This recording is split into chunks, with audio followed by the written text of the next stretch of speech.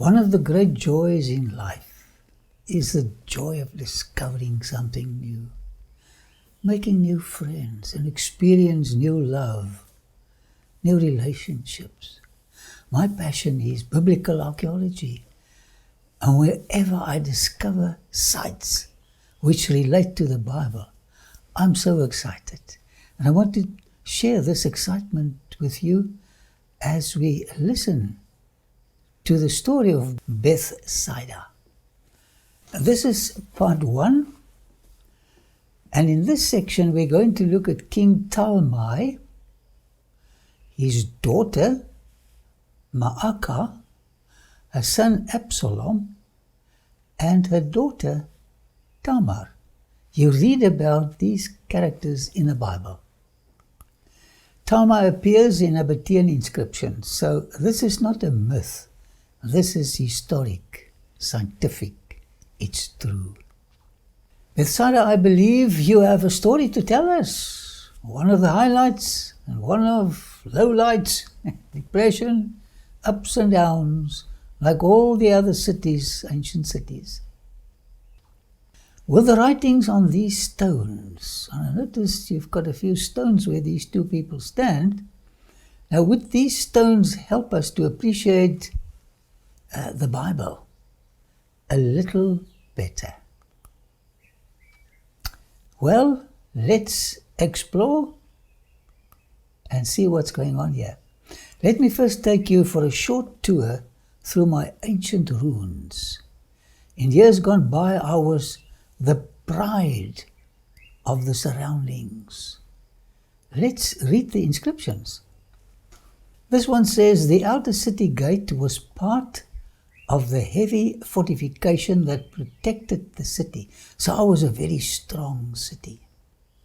Between the two gates was a spacious paved courtyard. The city gate of Bethsaida is the largest and best preserved city gate from the biblical period, 10th to the 8th century before Christian era.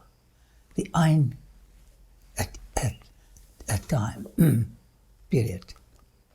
Here's another sign, outer city gate. I cannot tell you how many people and celebrities walked on my soil. You'll be surprised. And I'm glad you're looking at me at Bethsaida. The courtyard.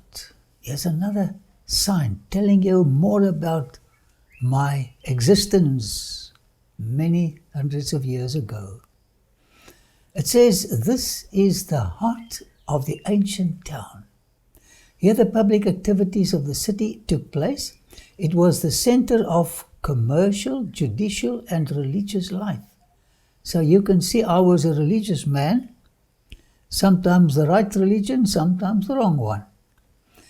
Now David was sitting between the two gates, and the watchman went up to the roof of the gate by the wall. And of course we also sacrificed here. This is a sacrificial high place. Let us go a little closer. Here you see it. Now when we come to sacrificial high places, this could be where humans were sacrificed or animals were sacrificed. It says here, the inhabitants of the kingdom of Geshur, this was my old name before it changed to Bethsaida. The inhabitants of the kingdom of Geshur were Arameans. That's people from Damascus, the Syrians. And the high places and ritual objects reflect their religion. On the sacrificial high place were found fragments of basins, horned altars, and an incised stone depicting a crouching bull. And you can see this bull in the museum in Jerusalem.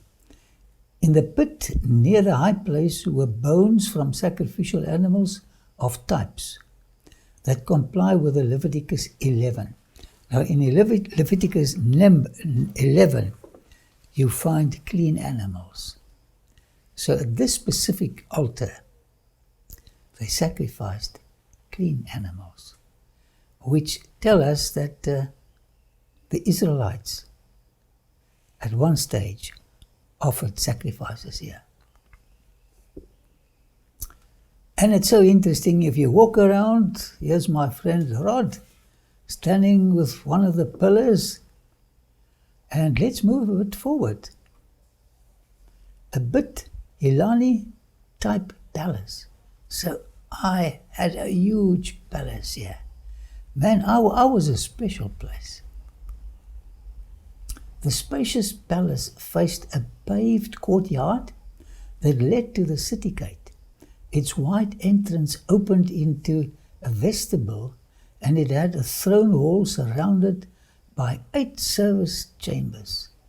This place is of new Hittite Aramean style that was common in the age 10 to the 8th century.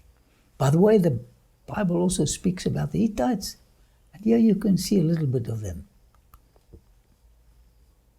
Here's another interesting picture. Ancient road. This is what the roads looked like during my earlier years. This is the ancient road leading to the city gate. The road was paved during the 10th century BCE and was in use until the 3rd century CA, Christian era. It was paved on a series of terraces seen in the slope. Farther ahead, the road was paved by cobblestones. Well, my beginnings start with a mighty Assyrian Empire as well as that of the Canaanites. But most of my history is recorded not on the clay tablets, but in the Bible. By the way, this is a very, very important, reliable source. Spend time with this book. It does something to you.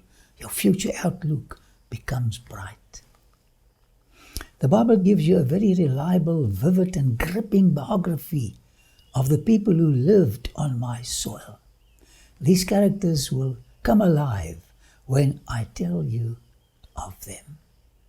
You know, I prayed before presenting this lecture that God would touch your heart. He knows our frustrations, shattered dreams, struggles with temptations. May He come close to you. In ancient times, especially during the Iron period, I was called Geshur. Geshur. Here you see the swastika. This didn't have its origin with Hitler. It was there long before. By the way, this was the time when famous kings like David and Solomon lived. My name, Bethsaida, means fortress. Fortress. Beautiful word. Let me read to you what Moses wrote about me. Jair, the son of Manasseh, took all the region of Argob as far as the border of the Geshurites. That's me, Geshur. And the Maacathites. That's one of the princesses that lived in me. And called Bashan after his own name, Havoth Yair, to this day. You know, Moses wrote this about 1400 BC. At that stage, I was called Geshur. There was also another source that referred to me by that name. Now it came to pass after 40 years that Absalom said to the king, "Please let me go to Hebron and pay the vow which I made to the Lord. For your servant took a vow while I dwelt in Geshur," that's Bethsaida, that's me, in Syria. They occupied that territory, saying, "If the Lord indeed brings me back to Jerusalem, then I will serve the Lord." I will tell you more about this king and his daughter in a little while. Manasseh received territory on both sides of the Jordan River, as you can see on this picture. Were they able to drive my people from my territory? No, they did not manage to do it. I was a very strong city. Nevertheless, the children of Israel did not drive out the Geshurites or the Maccathites, but the Geshurites and the Maccathites dwell among the Israelites until this day. This is very interesting. You know, there's always some victory still to be gained.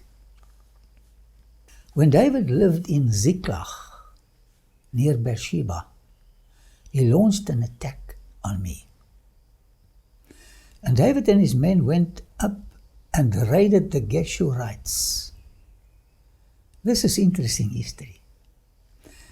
The Geshurites and the Amalekites, for those nations were the inhabitants of the land from of old, as you go to Shur, even as far as the land of Egypt.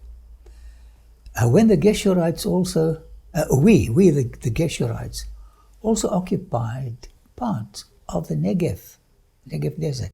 Negev means south. Something very romantic happened during this interesting battle against me. The following verse will explain it. Sons were born to David in Hebron. His first was Ammon, the Ahinoam, the Geshurites. Now, who would be the second and the third? His second, Kiliab by Abigail, the widow of Nabal. This is interesting history. The Carmelite. The third, Absalom, the son of Maacah, the daughter of Talmai, king of Geshur. Now, I want to tell you that King Talmai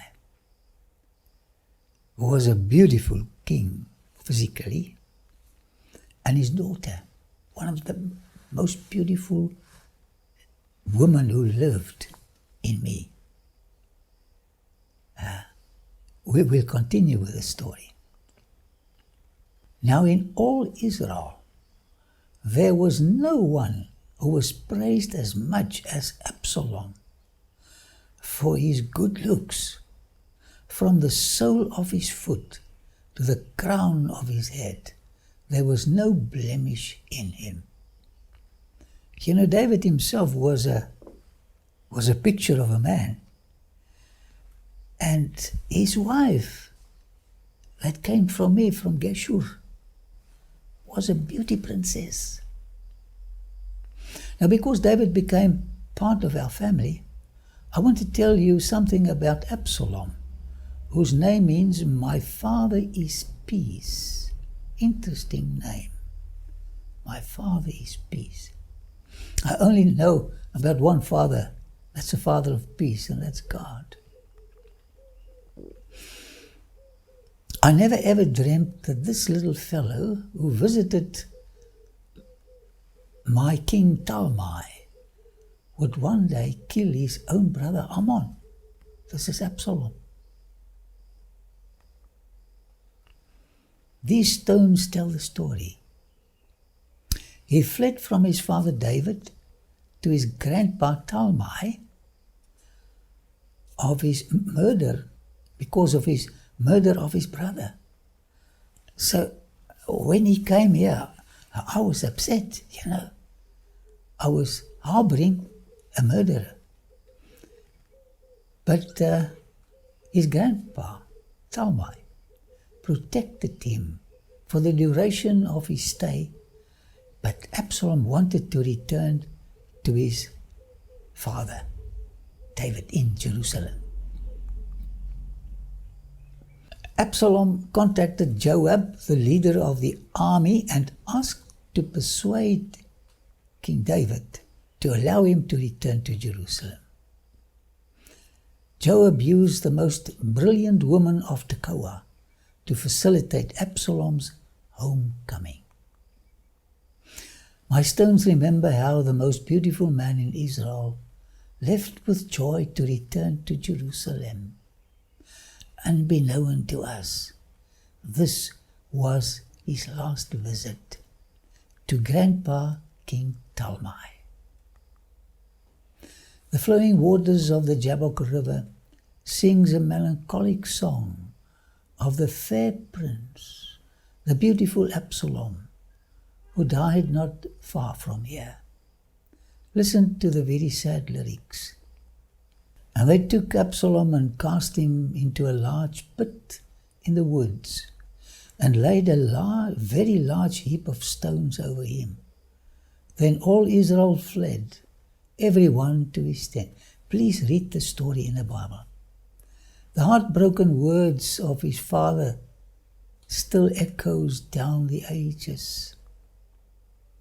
Then the king was deeply moved and went to the chamber over the gate and wept. And as he wept, he said thus, "O my son Absalom, my son Absalom, if only I had died in your place." And he shook, "O Absalom, my son, my son." You know, he wanted to kill his father. And his father is weeping over his son who was killed. My King Talmai, Solomon's grandfather, went to his grave, sorrowing for the tragic death of his rebellious grandson who usurped his father's throne and who wanted to kill his own father. Now Absalom in his lifetime had taken and set up a pillar for himself, which is in the king's valley. For he said, "I have no son to keep my name in remembrance." He only had daughters. He called the pillar after his own name, and to this day it is called Absalom's monument. Now this was in the Iron time period, long before Solomon, Bethsaida became a city that Jesus visited. The word monument that you see here, this pillar, monument, right at the end here, the last line, and to this day it is called Absalom's monument. The word monument can also be translated as hand. And I want to tell you about an interesting discovery that was made here at Lachish. A memorial, that's a stele, a huge stone with inscriptions, was excavated depicting a right hand with outstretched fingers. A right hand with outstretched fingers. Monument, hand. What message was Absalom trying to convey? This, when I discovered this, meant something to me because he came from my territory. He's my family. Absalom's tomb, King's Valley Trail. In the Kidron Valley in Israel, you will see this sign in the King's Valley. So let's continue walking on this pavement. It was erected many centuries after the death of Absalom, but it is still called Absalom's Pillar today when you visit the Kidron Valley in Jerusalem. Parents bring their children to this place to tell them what happened to a child, a son, who disobeyed his father and who wanted to kill his own father. So they bring their children here to tell them a story. Do you think it is still fitting for children to listen to the story of Absalom? How many are dying in pain because children rejected them? Have you met these people? It says Exodus 20 verse 12. Honor your father and your mother, whether they're good or bad, honor them, that your days may be long upon the land which the Lord your God is giving you. There is a blessing if we honor our parents. Another stone to tell us something. It says here at the bottom, wherever he went, to village or town or farm, they laid the sick in the streets and begged him to let them simply touch the edge of his cloak.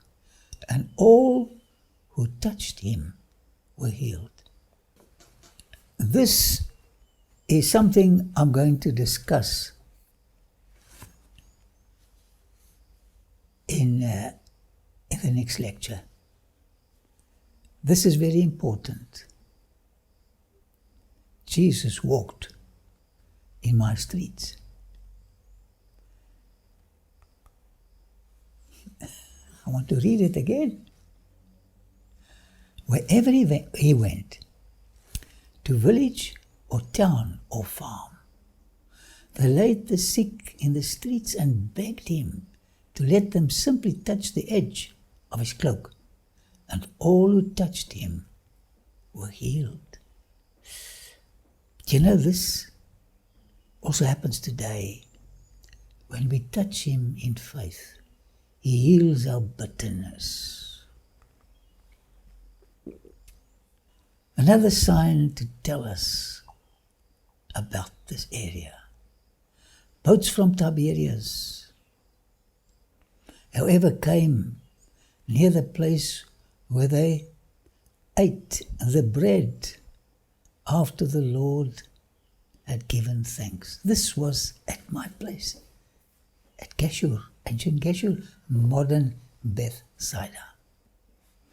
Are these tourists at the Sea of Galilee aware of the prophecy of Jesus concerning the future of Bethsaida?